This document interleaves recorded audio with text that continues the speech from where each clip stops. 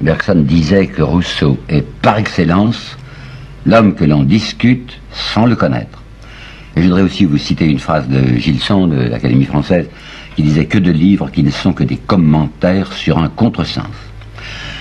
Et bien vous vous rappelez peut-être qu'à propos de Pascal, j'ai fait mon autocritique et que je vous ai parfaitement déclaré qu'autrefois, je n'avais pas accordé l'importance qu'il faut y accorder au provincial. J'ai pas d'autocritique à faire au sujet de Jacques Rousseau. Et même, enfin, si je voulais faire le faire et le malin, je pourrais dire que je suis bien content de ce que j'ai fait à partir de 1942 sur Jean. Il y a donc 30 ans. C'est la première fois que j'ai fait un livre sur lui, en 1942, et mon thème était le suivant. C'est traditionnel de dire que Jacques Rousseau est une espèce de fou. Je vais vous citer à ce propos un texte qui est devenu célèbre de M. Paul Bourget, le grand romancier catholique français, en 1912, lorsqu'il y a eu le deuxième centenaire de la naissance de Rousseau, et qu'à Paris, on avait fait de grandes manifestations. Alors, dans un article qui était immédiatement célèbre, enfin un grand retentissement, un article de la revue Critique, M. Paul Bourget a écrit « Le gouvernement se trompe en choisissant la Sorbonne ou le Panthéon pour commémorer la mémoire de Jean-Jacques Rousseau. Il faudrait choisir plutôt le préau d'un hospice Sainte-Anne ou de la Salpêtrière, qui sont, comme vous savez, des maisons de fous, seul lieu convenable à la commémoration de ce dément. » Bon. Alors l'idée était qu'on est en présence avec Jean-Jacques Rousseau d'un détraqué. Alors tout ce que j'ai essayé de montrer, et aujourd'hui je voudrais vous en apporter des preuves complémentaires, tout ce que j'ai tenté de faire, c'est ceci. C'est vrai que vers la fin de sa vie, Jean-Jacques a donné l'impression d'être un homme détraqué. C'est vrai. Pourquoi a-t-il été presque détraqué? Parce qu'il avait été un homme traqué. Un homme traqué parce qu'il soutenait un certain nombre d'idées qui, au XVIIIe siècle, lui valaient des haines inexpiables. Quelles idées? Jean-Jacques est quelqu'un qui, en plein XVIIIe siècle, soutient, du point de vue politique et du point de vue religieux, des idées qui devaient lui infailliblement lui attirer les aversions les plus violentes. Vous savez, quand on dit ces choses-là, c'est pas très recommandable si on veut être, comme on dit, ami de tout le monde. Je ne veux pas attaquer ici, il ne s'agit pas d'attaquer un livre que je trouve très bien fait de M. Horieux sur Voltaire. C'est un livre allègre, bien écrit, extrêmement intéressant. Mais voyez-vous, quand j'ai lu ce bouquin de près, et quand j'ai regardé ce qui concernait Voltaire et Rousseau, je me suis aperçu que M. Jean Horieux ne veut pas, enfin, ou désire ne pas aller au fond des choses, et dit qu'il y a entre Voltaire et Rousseau simplement une espèce de rivalité d'hommes de lettres, et que si Voltaire a été particulièrement dur à l'égard de Jacques Rousseau, c'est que ce petit bonhomme l'agaçait. Mais non, il ne s'agit pas de ça, il s'agit de choses extrêmement graves, nous allons le voir ensemble. Voltaire était quelqu'un qui avait des idées précises, et en politique, et en sociologie, et en religion, et les idées de Jean-Jacques lui paraissaient odieuses. Par conséquent, Voltaire a fait contre Rousseau des choses que nous regardons de près, que je n'avais pas dit d'autrefois, et qui vous montrent l'énormité, vraiment la sauvagerie de la haine dont Jean-Jacques était victime. Voyez-vous, je pense encore à quelqu'un d'autre qui était fort estimable, qui était Monsieur Mauroy. Ben, André Mauroy, c'était aussi quelqu'un qui écrivait, comment dirais-je quoi, pour être gentil avec tout le monde, pour ne pas avoir d'adversaire. Et ben, comme j'ai dit des choses qui étaient inattendues et qui désobligeaient, eh ben, j'en ai porté le poids. Par exemple, presque tout de suite, après avoir publié mon livre de 1942 qui s'appelait « Cette affaire infernale », un titre qui n'était pas de moi, c'est d'entre guillemets, l'affaire infernale, c'est un mot qu'avait employé un ami de Jean-Jacques, Duperroux, pour caractériser ce qui se passait entre lui, Jean-Jacques, et les encyclopédistes, et Hume en particulier.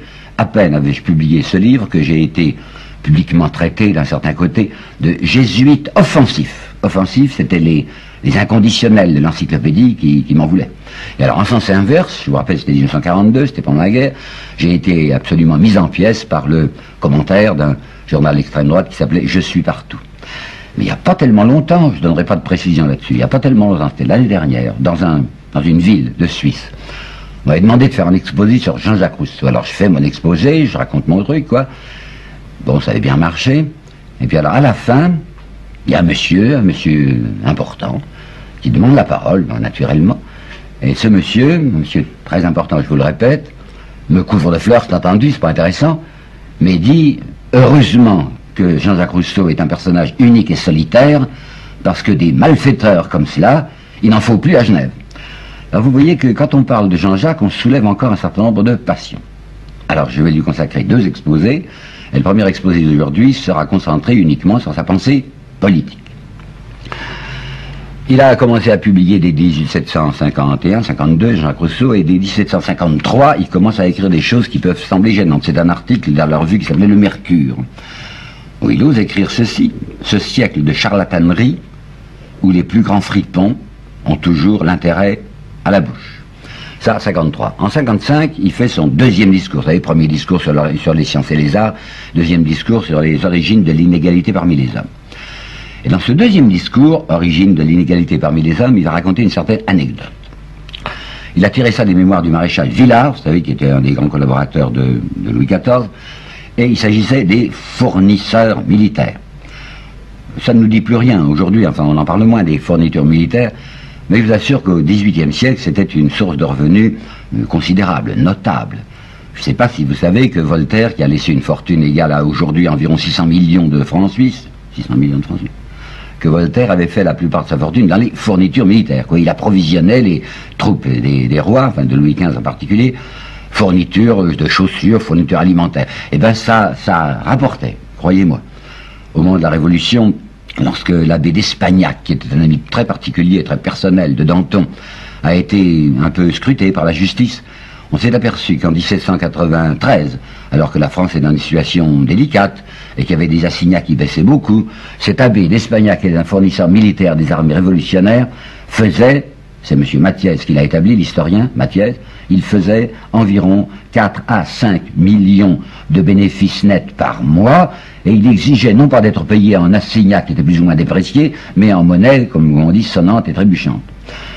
Eh bien, figurez-vous qu'il s'était passé, au temps de Louis XIV, avec le maréchal Villars, un incident de ce même ordre, c'est-à-dire qu'on avait repéré, le maréchal Villars avait repéré qu'un de ses fournisseurs trichait.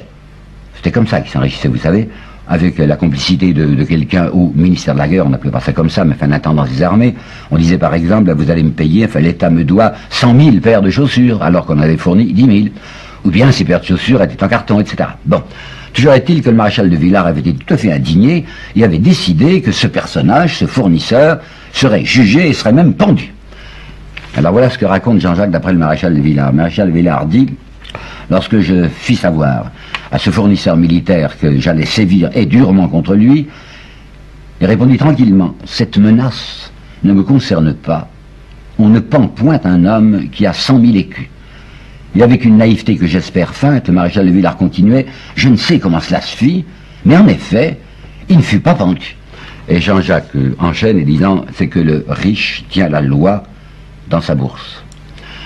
Il y a un texte de lui aussi sur le luxe. Vous savez, c'est une vieille tradition de dire, mais enfin, il ne faut pas que les gens protestent contre le luxe, les pauvres protestent contre le luxe, parce que le luxe les fait vivre. Par exemple, à Paris, s'il n'y avait pas une brillante société, nous parlons du XVIIIe siècle, une brillante société qui fait des commandes à ses artisans du faubourg Saint-Antoine parce qu'ils ont besoin de très beaux meubles, eh bien, ces gens seraient plus malheureux. Le luxe les entretient. Réponse de Jean-Jacques: le luxe nourrit peut-être 100 pauvres dans nos villes, mais il en fait périr 100 000 dans nos campagnes. Il invente, je ne sais pas s'il invente, enfin un personnage qu'il appelle Chrysophile. Vous savez, Chrysophile, c'est ce deux mots grec qui veut dire ami de l'or, ami de l'argent. Je ne sais pas si Jean-Jacques discute réellement avec quelqu'un, s'il a inventé ce personnage fictif pour faire un dialogue.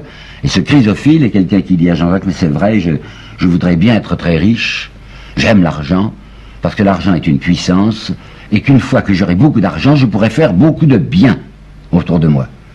Jean-Jacques n'a pas en doute la sincérité de cet homme, mais il lui dit: tu m'as bien parlé de ta conduite, étant riche, enfin quand tu seras riche. Mais tu ne m'as rien dit de ce que tu ferais pour t'enrichir. Parce qu'il n'y a guère de fortune dont l'origine soit tout à fait clairement avouable et qui ne repose sur le détroussement d'autrui. Alors Jean-Jacques va écrire un certain nombre de choses que voici. Tout cet ordre social prétendu, qui couvre en fait les plus cruels désordres. Comment voulez-vous que l'on admire une société où le profit est en raison inverse du travail? Ou encore ceci: tout privilège au profit des particuliers qui les obtiennent est à la charge de la nation qui les donne.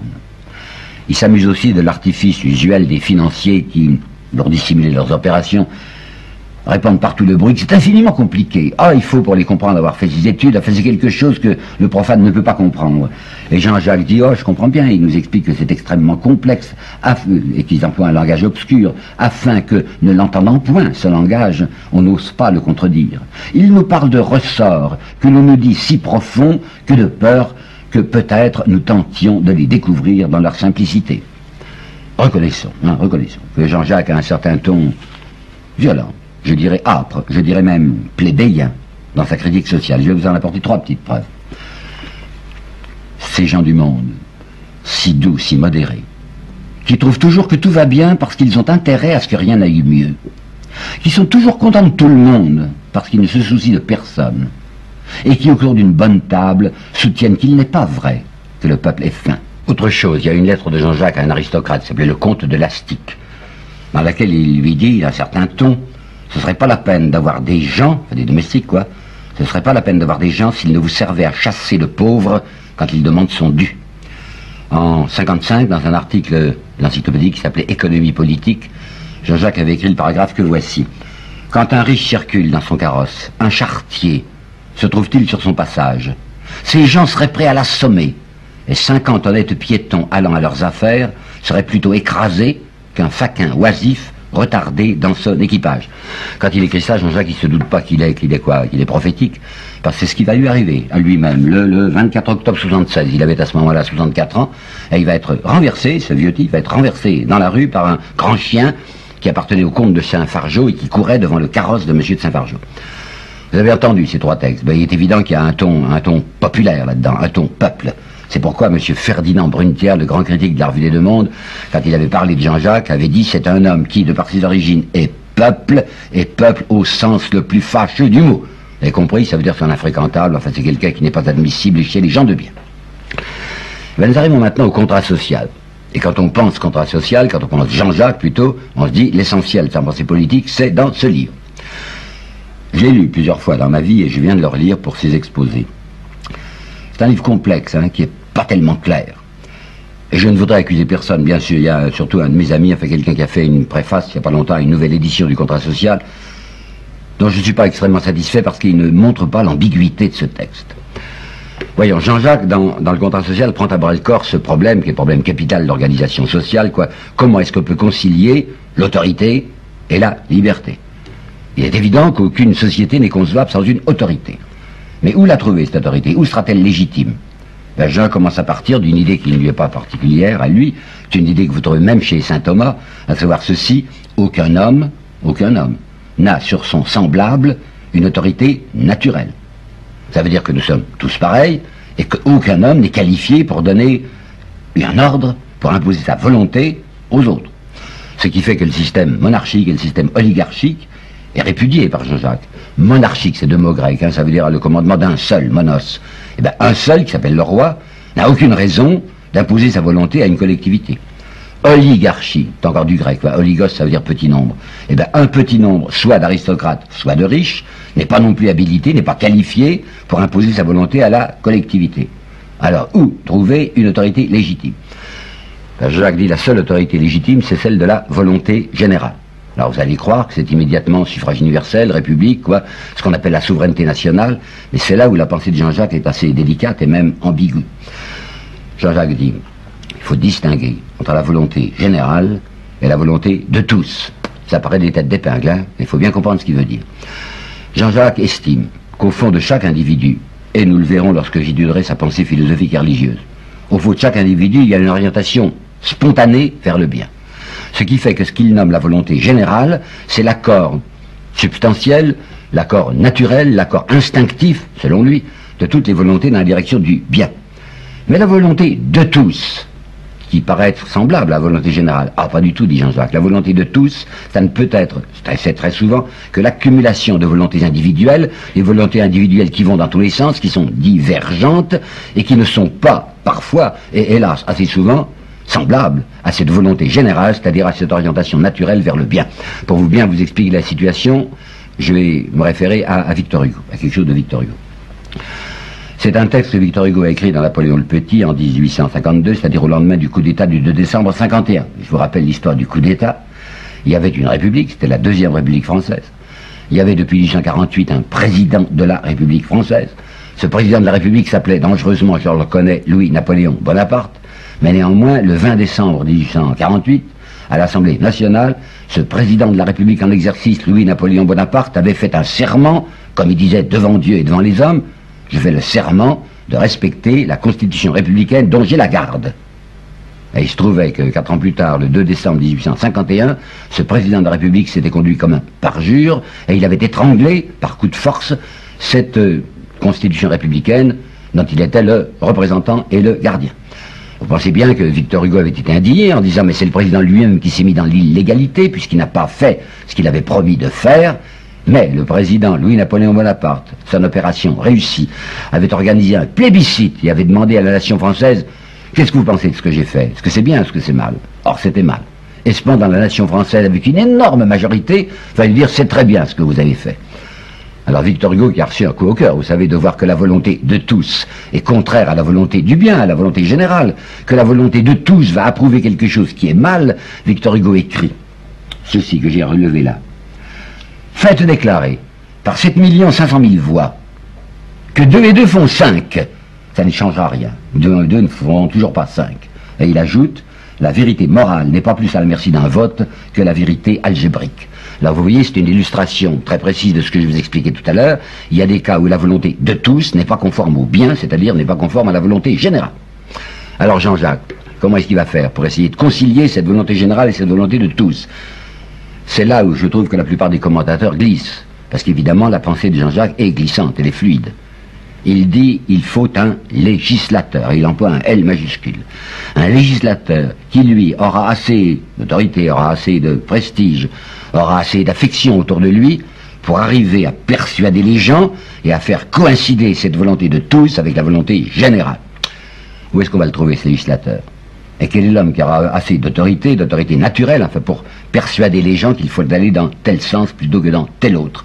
C'est là, à mon sens, ce qu'il y a de plus faible dans le contrat social. Et Jean-Jacques s'en rendait parfaitement compte. Et c'est des choses qu'on ne dit pas assez. À savoir que son contrat social, il ne voulait plus qu'on en parlât. Lui-même reconnaissait que ça ne l'est pas. Il y a une lettre de lui qui est en 67, si je ne me trompe pas, à Mirabeau. Attention, c'est pas le grand Mirabeau révolutionnaire, c'est le père de Mirabeau. Et bien dans une lettre à Mirabeau, carrément, oui, c'est 67. Jean-Jacques lui dit, dans mon malheureux contrat social, ce que j'ai essayé de faire, c'est la quadrature du cercle. Et vous savez qu'on n'y arrive jamais. Et puis en 1690, donc au début de la Révolution, un nommé Dussault a publié un livre qui s'appelle Entretien avec Monsieur Jean-Jacques Rousseau. Et dans un de ces entretiens, et je n'ai aucune raison de suspecter la sincérité de ce monsieur Dussault, dans un de ces entretiens, Dussault dit, lorsque j'ai parlé à Jean-Jacques de son contrat social, il m'a dit très simplement et très carrément, c'est un livre à refaire. Pourquoi un livre à refaire? Parce que Jean-Jacques n'est pas un imbécile et qu'il a beaucoup réfléchi à ces problèmes que nous regardons aujourd'hui, enfin le problème de la cité humaine. Et il a parfaitement compris et rapidement compris qu'on n'y arrivera jamais à faire une société juste, une cité harmonieuse, comme dira Peggy, tant qu'on n'aura pas modifié les dispositions des esprits et des cœurs. Il s'agit d'agir sur chaque individu et de faire que chaque homme comprenne ce qu'il est substantiellement et quelle est sa destination. Au début de l'Émile, Jean-Jacques a une phrase sur laquelle on n'attire pas d'habitude suffisamment l'attention. Il dit « Notre véritable étude est celle de la condition humaine ». Ça a l'air du Malraux, hein. Vous avez entendu, il a bien dit ça. Notre véritable étude est celle de la condition humaine.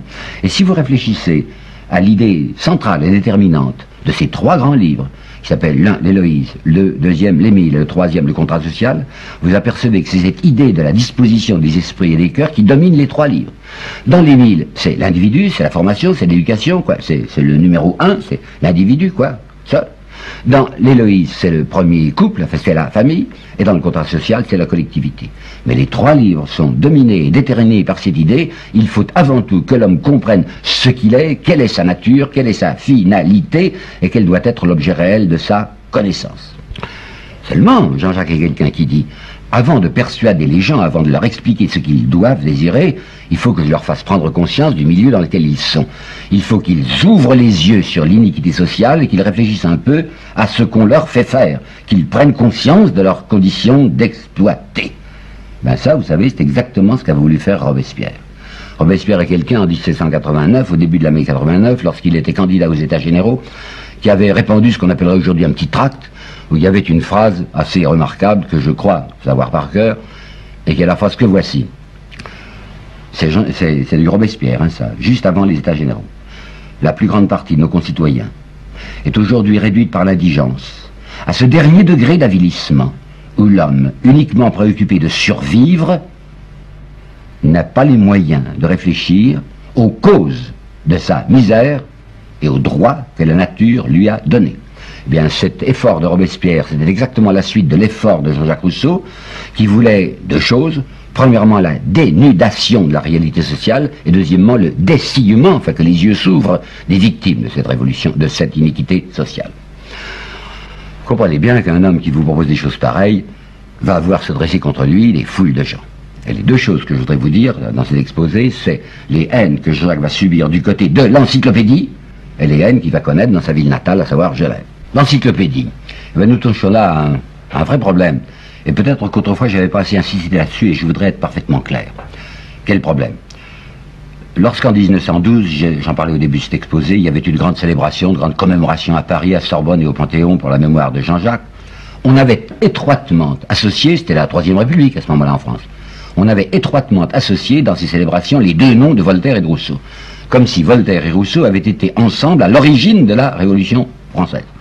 Vous vous rappelez du reste la chanson de Gavroche dans Les Misérables, c'est la faute à Voltaire, c'est la faute à Rousseau.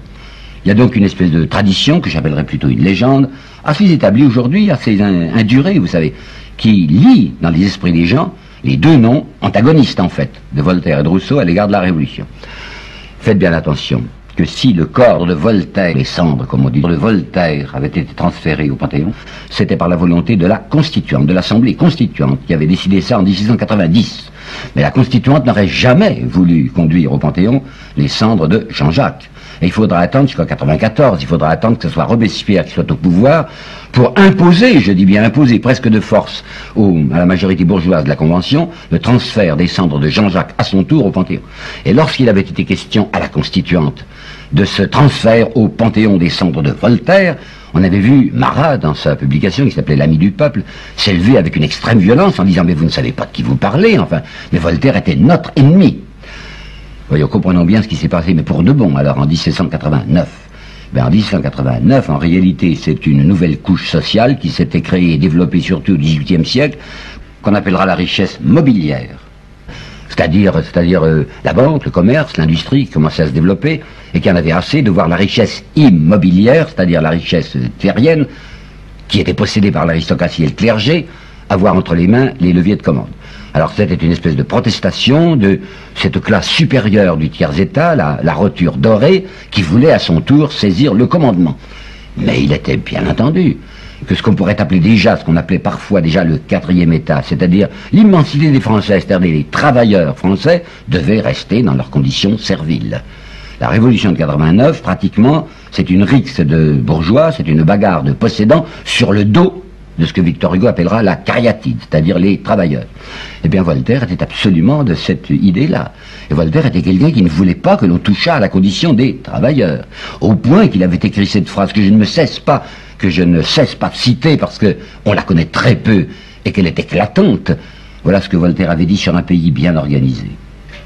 Un pays bien organisé est celui où le petit nombre fait travailler le grand nombre, est nourri par lui, vous entendez bien, est nourri par lui, et le gouverne. Alors d'après ce que je viens de vous expliquer sur la pensée de Jean-Jacques, vous vous rendez compte de l'antagonisme, mais total, mais absolu, enfin de l'antithèse furieuse qu'il peut y avoir entre la pensée sociale de Jean-Jacques Rousseau et la pensée sociale de Voltaire. Si bien que dès que Jean-Jacques commence à exprimer ses idées politiques et sociales, du côté de l'encyclopédie, on se met à le dévorer, on se met à l'attaquer. Par exemple, la correspondance littéraire. Vous savez pas ce que c'est? La correspondance littéraire, c'est une espèce de truc qu'on appellerait aujourd'hui ironéotypé, un bulletin qui était à ce moment-là recopié par des scribes et qui était envoyé à tout ce qui comptait en Europe, et c'était Grimm, un encyclopédiste, qui le rédigeait. Eh bien, la correspondance littéraire va reproduire le 1er mars 56, à la suite du texte de Jean-Jacques Rousseau qui s'appelle « Le discours sur l'origine de l'inégalité », une attaque d'un jésuite du reste qui s'appelait le révérend père Castel et qui dit « Rousseau est quelqu'un qui allume le feu de la sédition et qui détruit toute société ». Quant à Voltaire, voilà son jugement sur l'origine de l'inégalité, c'est la philosophie d'un gueux qui voudrait que les riches fussent dépouillés par les pauvres.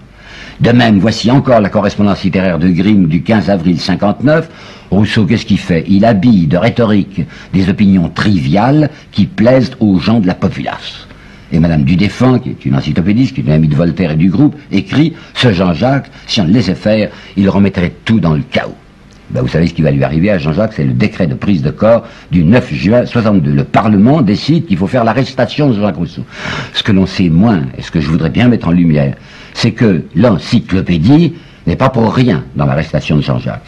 Madame de Verdelin, qui était une femme du monde, qui était très bien placée, qui connaissait beaucoup de choses, va écrire carrément ceci à Jean-Jacques: c'est le troupeau encyclopédique qui a mis en branle les magistrats.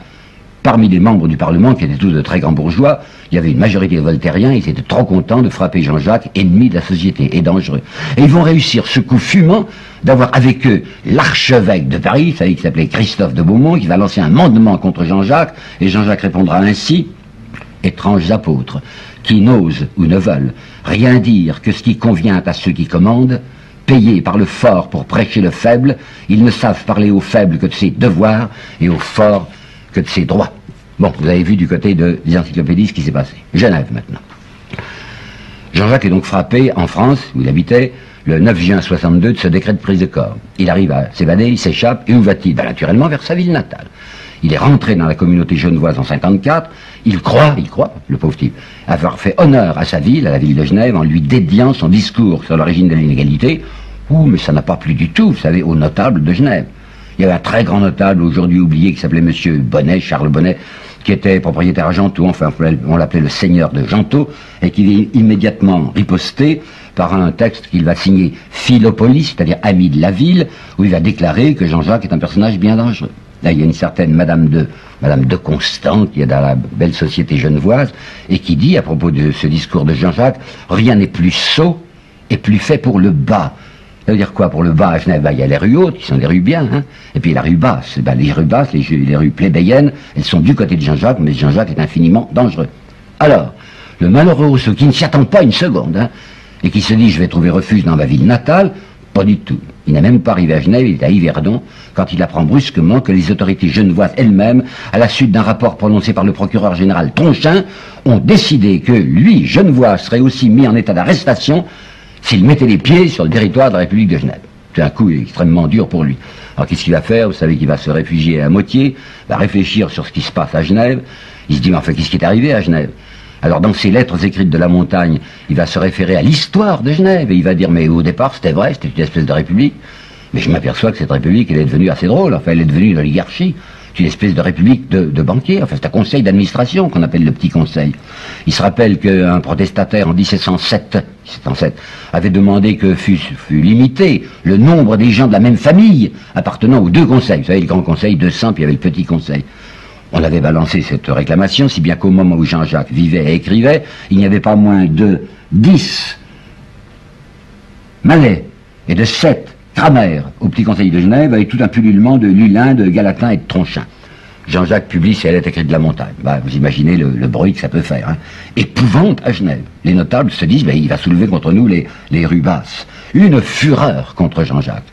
Une telle fureur qu'on voit dans les lettres les gens qui s'écrivent les uns aux autres en disant, tout de même, il n'y a pas si longtemps, c'était en 1707, Nicolas Lemaître, on l'a arrêté, on l'a torturé, ensuite on l'a exécuté.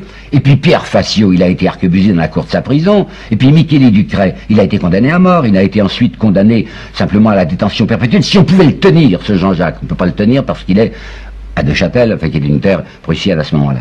C'est pour vous montrer la violence des haines qui se éclatent contre lui, au point que le seigneur de Gentot, au bonnet, dit à son fils, ce Jean-Jacques, c'est un monstre, c'est un véritable monstre. Il n'y a guère que 200 ans, c'est lui, et non pas son livre, que nous aurions fait rôtir. Ce que je viens de vous dire m'amène, en une dernière minute, à vous indiquer la longue haine qui a persécuté Jean-Jacques Rousseau. Si vous vous reportez aux gens, bien par exemple à M. Taine, dans ses origines de l'histoire contemporaine, vous voyez Taine déclarer, Rousseau, c'est une rancune de plébéien, pauvre et aigri, et qui, entrant dans le monde et trouvant la place prise, n'a pas su y faire la sienne. Il n'échappe à l'envie que par le dénigrement.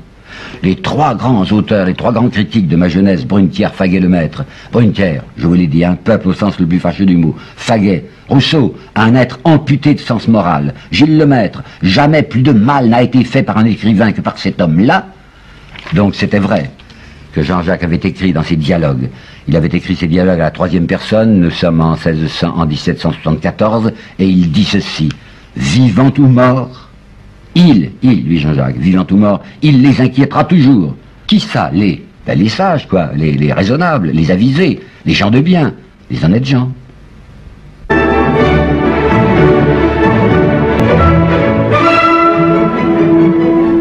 La dernière fois, je vous ai parlé de la pensée politique de Rousseau, et aujourd'hui, on va regarder ensemble sa pensée religieuse.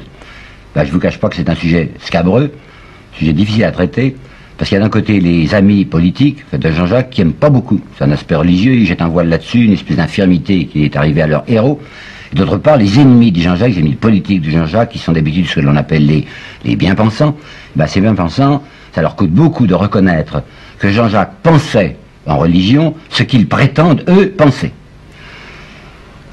J'ai tâché d'appeler votre attention la dernière fois sur quelque chose que je crois capital, c'est-à-dire que toute l'œuvre de Jean-Jacques Rousseau est dominée par une certaine préoccupation d'ordre religieux, et cette préoccupation, c'est d'expliquer ce que c'est la nature profonde de l'homme, la destination de l'homme.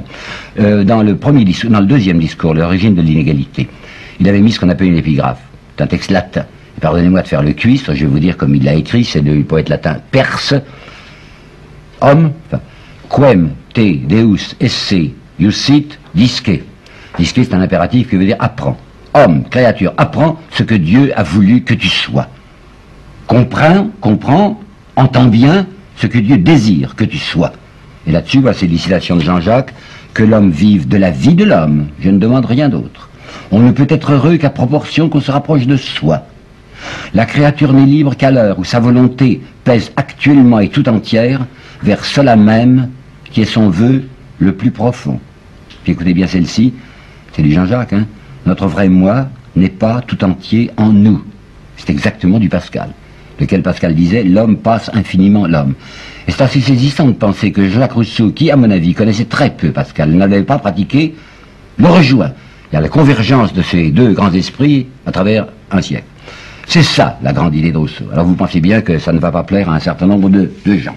Lui, il déclare très carrément « Je suis chrétien », mais en même temps, c'est quelqu'un qui avoue « Non, l'idée du péché originel, ça je n'y souscris pas ». Et nous voilà en face de ce fameux problème de la bonté originelle de l'homme qu'on lui jette sans cesse à la face. Il n'y a pas tellement longtemps, vous savez, il y a quelques semaines ou quelques mois, j'ai encore lu un article pourtant bien fait sur Jean-Jacques, mais avec le sourire convenable, le sourire ironique « Oui, c'est vrai, il croyait à la bonté originelle de l'homme ».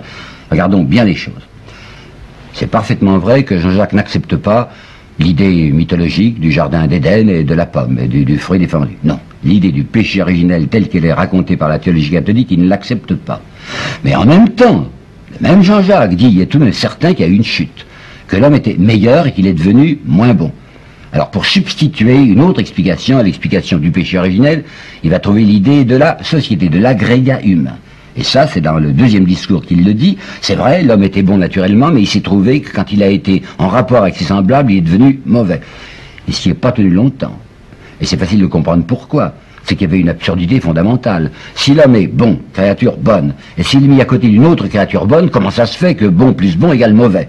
Si bien que lui-même n'a pas tenu longtemps cette première affirmation.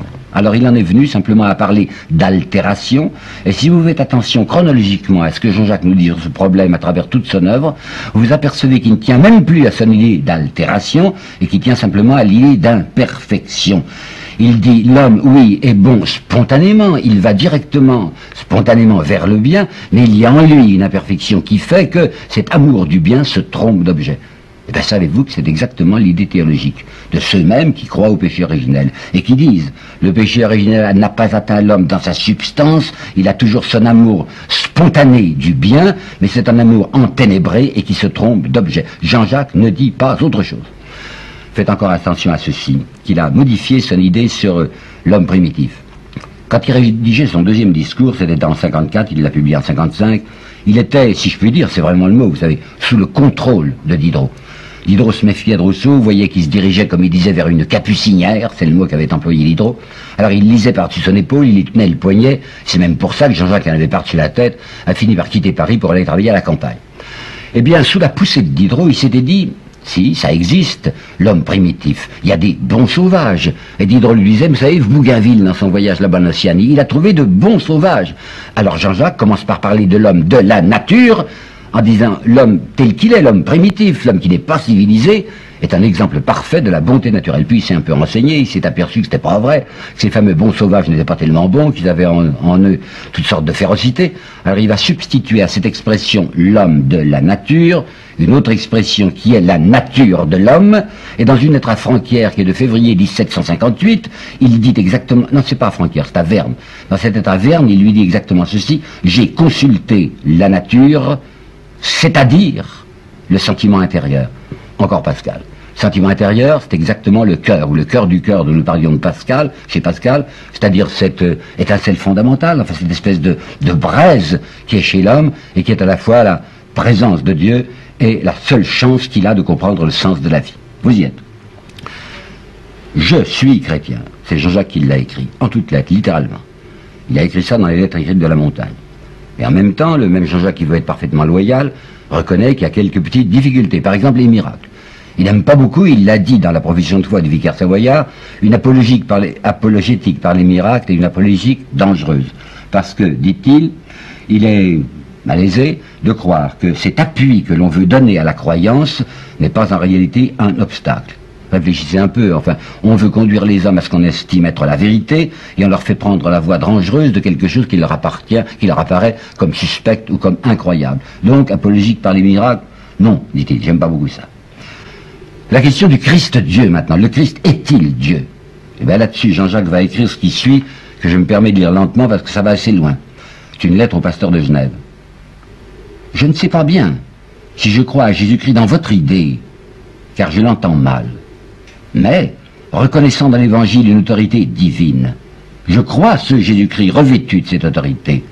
Je vois une vertu plus qu'humaine dans sa conduite et une sagesse plus qu'humaine dans ses leçons. La prière. Il a dit des choses un peu contradictoires là-dessus. Il a dit, mais pourquoi prier? Pourquoi demander quoi que ce soit à Dieu? Si Dieu nous aime, il sait ce qui nous convient mieux que nous le savons nous-mêmes. Et il écrit, près d'un Dieu juste, la meilleure manière de demander, c'est de mériter d'obtenir. Est-ce que ça ne vous rappelle pas non plus quelque chose qui est dans l'Évangile, où le Christ dit à ses disciples, vous savez, c'est pas en demandant Seigneur, Seigneur, que vous obtiendrez une grâce, c'est en faisant la volonté de mon Père. Et Jean-Jacques va écrire carrément ceci, j'ai toujours approuvé que l'on se joigne à l'Église qui prie, le vicaire savoyard priait, et moi aussi, je prie. Dans les lettres écrites de la montagne, il y a un paragraphe, à mon avis, enfin extrêmement important, où Jean-Jacques dit, je sais bien pourquoi on me déteste. C'est parce qu'à travers ce siècle d'incroyance, j'ai essayé, moi, de me constituer le mainteneur ou le sauveur de cette idée de Dieu que les gens autour de moi récusent. Et j'ai vu, il y a quelques années, à la Bibliothèque nationale, au cabinet des estampes, une estampe que je voudrais vous décrire et qui me paraît d'un extrême intérêt. Elle était datée, 1788, donc à la veille de la Révolution. On voit une énorme croix sur laquelle il y a le Christ. Cette croix, des gens ont jeté un lasso au sommet de la croix. Et ils tirent sur le lasso pour déraciner cette croix. Et on les reconnaît très bien, ces gens. Ben, c'est l'encyclopédie, quoi. On voit Voltaire au premier plan, on voit Grimm, on voit d'Alembert, on voit Diderot, qui sont là, qui tirent de toute leur force pour que la croix tombe. Et contre cette croix qui est penchée, il y a un petit bonhomme qui est là, arc-bouté, qui soutient sa croix de toutes ses forces, et c'est Jean-Jacques Rousseau. Puis je voudrais vous apporter encore deux lettres, ça vieillesse, mais pas tellement vieux, c'est de 69, deux lettres, l'une à Franquière et l'autre à Moultou. Faut ami Franquière. Si vous préférez le sage grec, il s'agit de Socrate, c'est que vous n'avez pas fait connaissance avec l'autre. L'autre, c'est Jésus-Christ. Puis à Moultou. Moultou, c'était un camarade à lui, c'était presque un copain. C'était un pasteur. C'était un pasteur qui était en train de perdre la foi. Je dois vous dire que Moultou se laissait assez fasciner par Voltaire, est allé le voir plusieurs fois, que Moultou écrivait à son père des lettres enthousiastes, à dire Monsieur de Voltaire m'a reçu à Ferney. Alors, Moultou, à vous, à Jean-Jacques, vous savez, j'y crois plus grand-chose. Moultou, comment avez-vous fait? Jésus-Christ, que ce siècle a méconnu, sans doute parce qu'il était indigne de le connaître, Jésus-Christ n'est pas mort tout entier sur la croix. Il est là, avec nous, mystérieusement, et vivant. Bon. Eh bien, ce Rousseau, qui déclare « Je suis chrétien », qui a voulu essayer de se battre pour maintenir l'idée chrétienne, savez-vous qu'il a été, avec une extrême violence et que ça continue, récusé, répudié, refusé par les catholiques, par les bien-pensants, enfin par les chrétiens dans leur ensemble. Pourquoi? Parce qu'il avait commis le péché irrémissible, il avait commis la faute capitale, il avait touché à l'arche, Et qu'est-ce que c'est que l'arche? Mais c'est l'argent, l'argent avec une majuscule. Alors ça ne vous étonnera pas sans doute que M. Brunetière, le catholique Brunetière, va dire, entre Voltaire et Rousseau, il y a au moins cette différence, que Voltaire, nous devons lui savoir gré d'avoir toujours défendu la grandeur de l'institution sociale, tandis que Jean-Jacques, lui, il a mis en cause l'institution sociale. Alors, comme il s'agit de dire, mais ça, c'est pas vrai, il n'est pas chrétien, qu'est-ce qu'on va trouver contre lui? On va trouver des calomnies. Et exactement à propos de cette fameuse idée de la bonté originelle. Lorsqu'il y a eu au Parlement de Paris, je vous le disais la dernière fois, le décret de prise de corps contre lui qui est du 9 juin 62, le réquisitoire de Joly de Fleury, il s'appelait comme ça, M. Joly de Fleury, a été fondé en grande partie sur l'idée de la bonté naturelle où, paraît-il, d'après M. Joly de Fleury, Jean-Jacques est un homme qui conseille à la créature de rester, écoutez bien, abandonné à ses passions et livré à tous les plaisirs des sens. Or, c'est un contresens ce que disait Joly de Fleury, parce que 10 fois, 20 fois, Jean-Jacques avait dit, il n'est pas de vertu sans combat, ce qui signifie qu'il y a en nous une propension au mal, et on est obligé de lutter contre soi-même. Ben, savez-vous que c'est l'histoire de 1762, enfin elle est plutôt loin, hein, a été reprise, a été carrément reprise en 1923, si je ne me trompe pas, par Maritain, hélas, dans ses 3 réformateurs. Vous savez qu'il y a eu une grande évolution chez Maritain. En 1926, il a quitté l'Action française, mais en 1923, il appartenait encore à ces milieux d'extrême droite. Et il était d'usage, il était même impérieux, enfin dans les milieux de droite, d'accuser Jean-Jacques Rousseau d'avoir dit que l'individu humain doit se laisser aller à toutes ses passions, ce qui est littéralement faux. Il s'est passé quelque chose dont j'ai été témoin. En 1941, en France. J'étais encore en France à ce moment-là sous l'occupation. On en a très peu parlé, ça m'intéresse de vous le dire. C'est un prêtre qui s'appelait l'abbé Ravier, un prêtre de Lyon, qui avait publié une thèse, enfin qui avait terminé sa thèse de doctorat, qui s'appelait Études historiques et critiques sur l'Émile de Jean-Jacques. Et cet abbé Ravier, qui était le plus honnête homme qui soit, enfin un homme absolument loyal, avait justement rétabli la vérité. Cet abbé Ravier avait dit, mais on fait un faux procès, un procès injuste à Jean-Jacques. Il n'a jamais dit ce dont on l'accuse. Et l'abbé Ravier, qui avait parfaitement compris le sens général de l'œuvre de Rousseau, disait, comme je vous l'ai dit moi-même, il s'agissait pour Jean-Jacques d'essayer d'expliquer à la personne humaine ce qu'elle était dans sa substance, ce qu'elle était, ce vers quoi elle marchait, et ce qu'elle devait désirer. Ben, savez-vous ce qui est arrivé à l'abbé Ravier? C'est que cette thèse, qui pour la première fois, de la part d'un ecclésiastique, était une thèse qui rendait justice à Jean-Jacques et qui disait la vérité sur Jean-Jacques, ben, elle a été interdite. L'autorité religieuse, enfin la hiérarchie, a obligé ce malheureux abbé Ravier à retirer de la vente son ouvrage et l'a considéré comme un ouvrage coupable. Ne pas dire la vérité sur Jean-Jacques Rousseau. Oui, ça s'est passé exactement comme ça. Et puis j'ai vu aussi avec peine dans un ouvrage dont je ne sais pas la date, qui m'a l'air d'être entre les deux guerres et qui s'appelle Christus, qui me semble être, si je me rappelle bien, une espèce d'histoire des religions, une présentation des religions diverses. La religion catholique était présentée par 2 jésuites. L'un s'appelle le révérend père Brou et l'autre s'appelle le révérend père Rousselot. Eh bien, dans cette présentation de la religion catholique, il y a naturellement un paragraphe sur Jean-Jacques Rousseau et vous y voyez ceci. Rousseau conserve les idées chrétiennes comme dans les pays chauds, les termites conservent les meubles. Ces 2 jésuites ont commis une petite erreur, enfin ils sont laissé passer un bout d'oreille en ajoutant, virgule un tiret, comme Jaurès, qui lui aussi était bien loin d'être un matérialiste, qui était un spiritualiste, mais comme Jaurès pensait mal du point de vue politique et social, il était important de dire que c'était un homme de mauvaise foi. Et bien Jean-Jacques Rousseau fait semblant, d'après ces jésuites, de conserver les idées chrétiennes, et en réalité, il les détruit de l'intérieur. Je voudrais bien vous raconter en détail ce qui s'est passé à Genève, lorsque Jean-Jacques a été à son tour persécuté, comme je vous le disais dans mon premier exposé. Vous vous rappelez, hein, je dis ça en 2 mots, Jean-Jacques a été frappé à Paris par le décret du Parlement du 9 juin 62, qui le déclarait, comme on dit, de prise de corps, c'est-à-dire arrestation. Il arrive, grâce au maréchal de Luxembourg, à éviter l'arrestation. Il se dirige du côté de la Suisse, enfin du côté de Genève plutôt, et il apprend à Yverdon que les autorités genevoises elles-mêmes sont contre lui. Mais alors, ce que je voudrais vous montrer, puisque nous étudions sa pensée religieuse, et que je viens de vous montrer que c'était une pensée religieuse sincère et d'un homme qui disait « je suis chrétien », comment vont-ils faire, les notables de Genève? Enfin, ceux qui occupaient le petit conseil, c'est-à-dire une immense majorité de banquiers. Mais pour que vous compreniez bien le savoureux de la situation, il faut que je vous lise quelques fragments de la correspondance de Voltaire. Tout le monde sait que Voltaire, à partir de 1755, si je ne me trompe pas, était venu habiter Genève. Il avait loué puis acheté une propriété qui s'appelait Saint-Jean. Vous pensez bien que Voltaire ne pouvait pas habiter dans un endroit qui s'appelle Saint-Jean, enfin, c'est irrespirable. Elle arrivait à transformer ce nom en Les Délices. Il habitait la propriété des Délices. Comme Voltaire était un personnage considérable, et surtout un personnage très riche, vous pensez bien qu'il était accueilli à bras ouverts par la meilleure société de Genève. Mais comme Voltaire, en même temps, est quelqu'un qui a des idées très précises sur ce qu'il faut faire du point de vue religieux, on le voit dans sa correspondance, surtout avec d'Alembert, se féliciter du nouvel état d'esprit qui règne dans ce qu'il appelle toujours en ricanant la cité de Calvin. Il dit, la cité de Calvin, hein, par bonheur, elle a sérieusement changé. Alors, dans une lettre, par exemple, Voltaire rapporte avec joie un incident que voici. Je lis, c'est du Voltaire. Hein.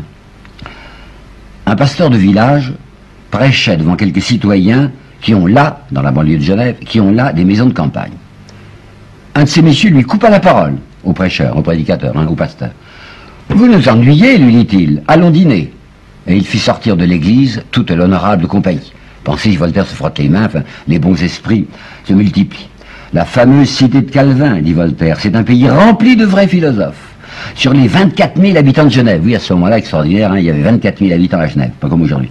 Sur les 24 000 habitants de Genève, il n'y a plus que quelques gredins des rues basses qui croient encore à Jésus-Christ.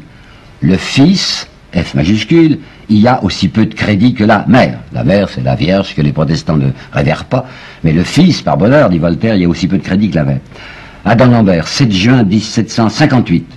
Genève, la ville de l'argent.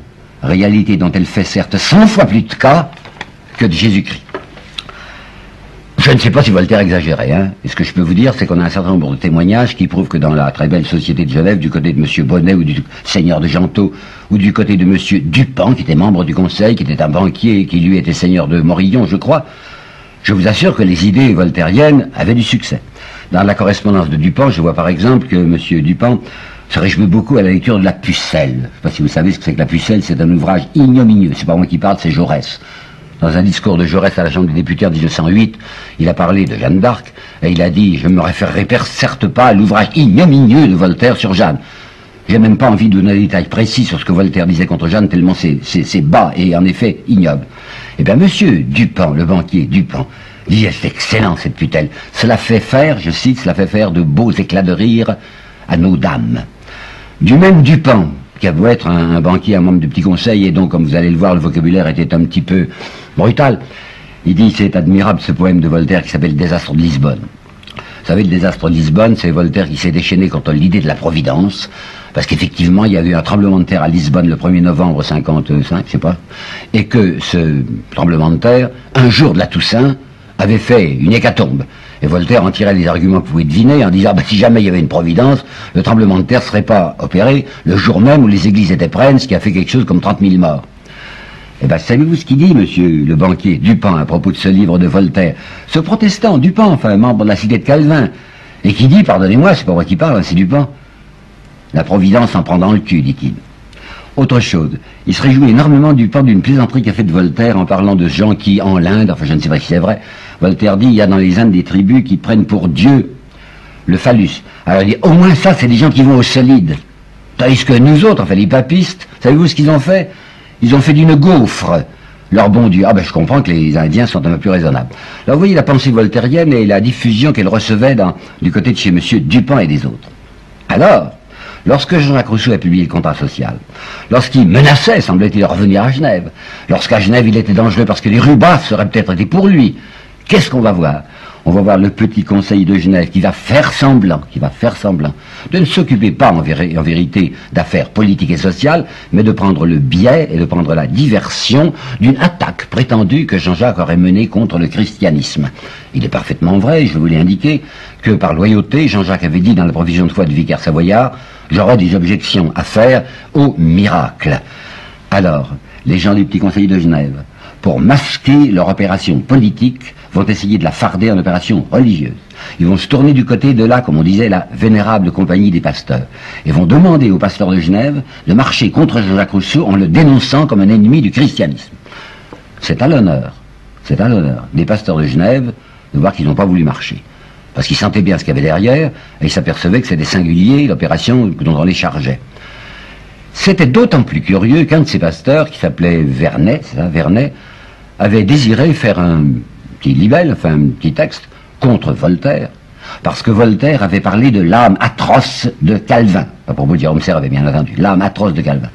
Alors ce pasteur avait dit, j'ai l'intention de faire un petit libelle, pour indiquer que tout de même, M. de Voltaire, qui est hôte de la cité de Genève, parle assez curieusement de Calvin. Eh bien, savez-vous que le petit conseil de Genève avait interdit à ce pasteur Vernet de dire quoi que ce soit contre M. de Voltaire, parce que c'est un homme riche et protégé par la France.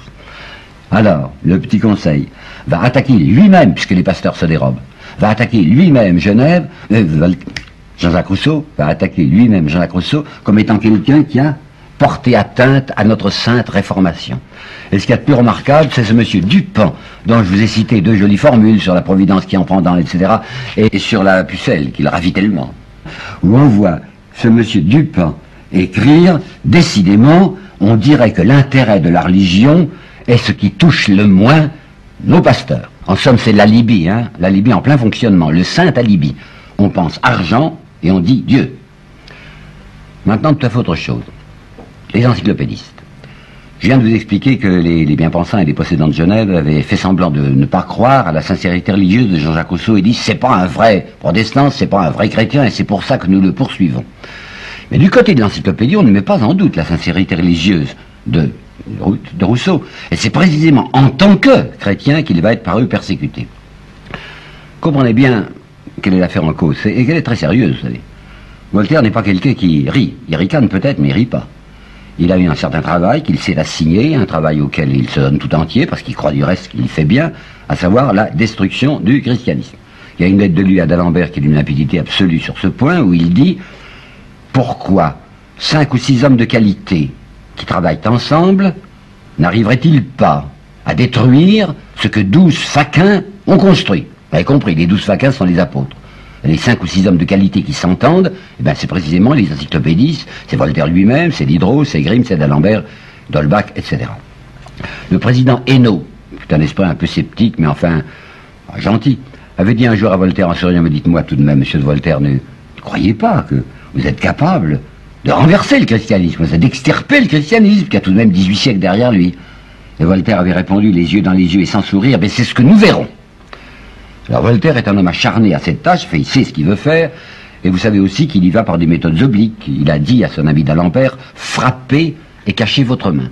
Ce qui signifie, il faut que l'infâme, I majuscule, infâme c'est le christianisme, hein. Pas seulement comme on le dit l'église catholique, mais tout le christianisme.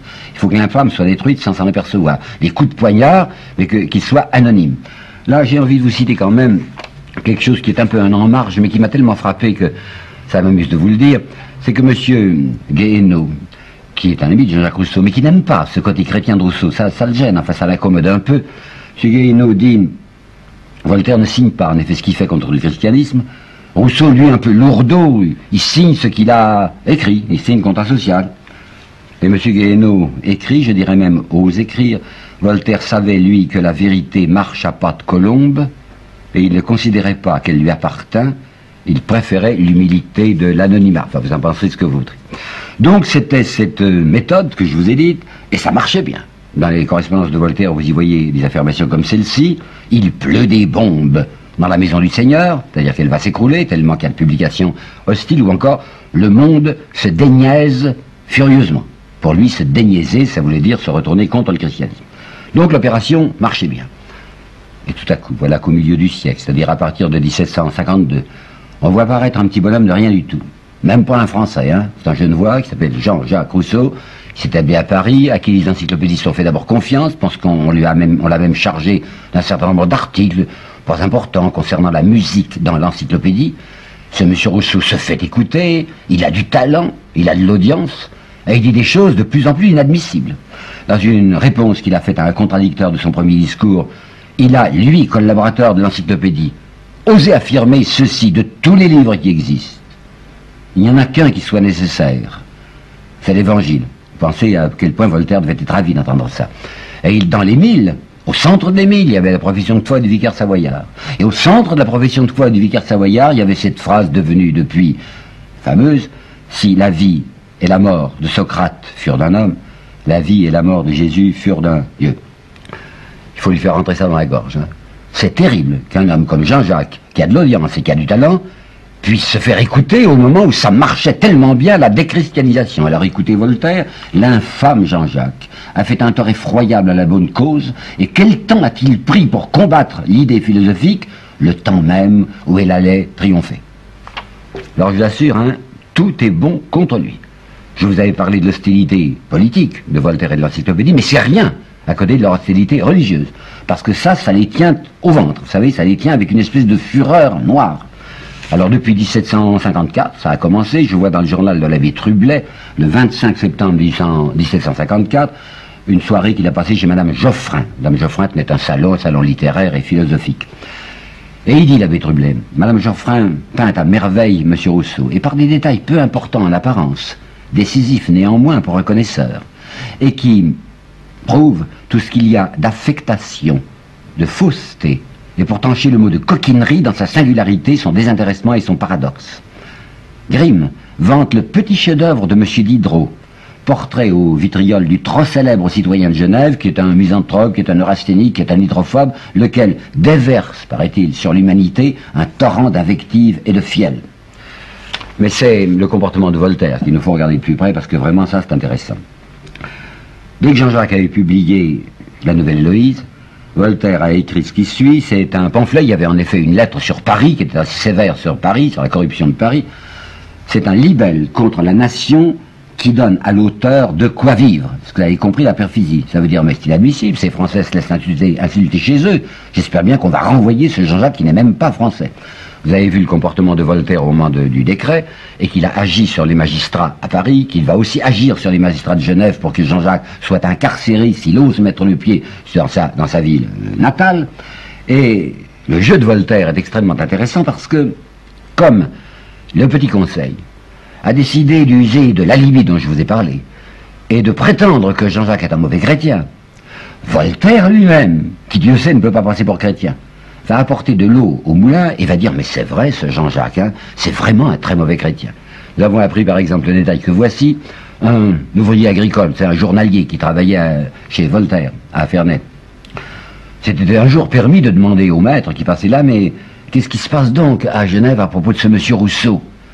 Et Voltaire avait répondu, sachant qu'il s'adressait à un pauvre type, à un journalier qui était traditionnellement chrétien, il dit, ah, ce monsieur Rousseau, je comprends, il écrit des choses abominables contre la religion chrétienne. Il va encore beaucoup plus loin.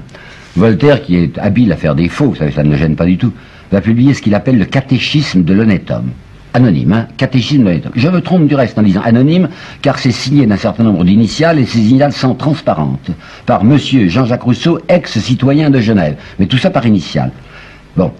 Alors, qu'est-ce qu'il a fait avec ça, Voltaire? Il s'est emparé d'un certain nombre de pages de la profession de foi du vicaire savoyard. Des pages qui sont en effet des pages critiques, dont je vous ai parlé, critiques sur les miracles. Puis, prenant ces textes authentiques de Jean-Jacques Rousseau, il les fait suivre de déclarations monstrueuses, et qui sont évidemment pas de Jean-Jacques Rousseau, mais qu'il fait passer pour telles. Par exemple, comment reconnaître un Dieu dans ce juif de la populace, Jésus-Christ, et qui suait du sang parce que la mort lui inspirait de l'effroi. Et bien ça, c'est du Voltaire attribué faussement à Jean-Jacques Rousseau. Mais ce que j'ai de plus intéressant à vous dire, et je crois que la dernière fois j'avais fait une allusion à M. Horieux à ce propos, c'est le comportement de Voltaire au moment des lettres écrites de la montagne. Ça vaut la peine que je vous l'explique en détail. Les lettres écrites de la montagne, c'est Jean-Jacques qui est réfugié dans la région de Motier et qui se défend contre ce qu'on lui a fait à Genève et qui explique pourquoi la République de Genève s'est singulièrement transfigurée. Voltaire lui avait fait un coup terrible. Voltaire était l'auteur d'un pamphlet antichrétien qui s'appelle Le Sentiment des Citoyens, et Jean-Jacques a appris par une correspondante que Voltaire mettait au compte de Jean-Jacques Rousseau, je me suis trompé en disant Le Sentiment des Citoyens, le Sermon des 50. Et Jean-Jacques avait appris par une correspondante que Voltaire mettait à son compte, lui, Jean-Jacques, ce Sermon des 50, ouvrage antichrétien. Alors dans ses lettres de la montagne, Jean-Jacques restitue à Voltaire ce cadeau empoisonné.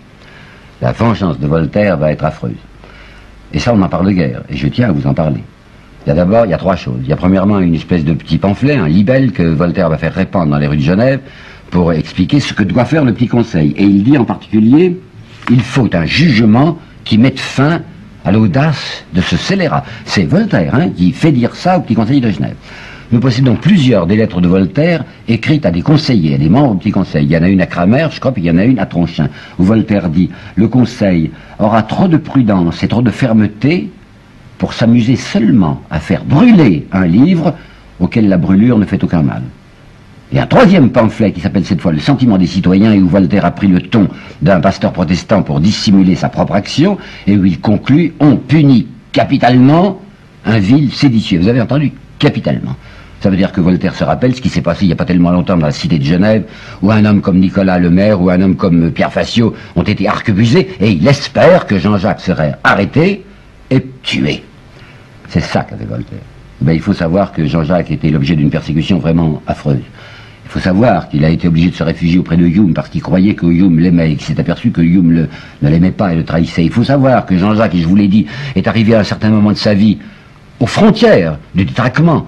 Lorsque vous voyez, par exemple, dans les rues de Paris, cet homme de 64 ans, oui, qui a écrit un petit texte qui s'appelle « À tout français aimant encore la justice et la vérité », et qui, tel un camelot, distribue sa petite feuille dans la rue Plâtrière, là où il habitait.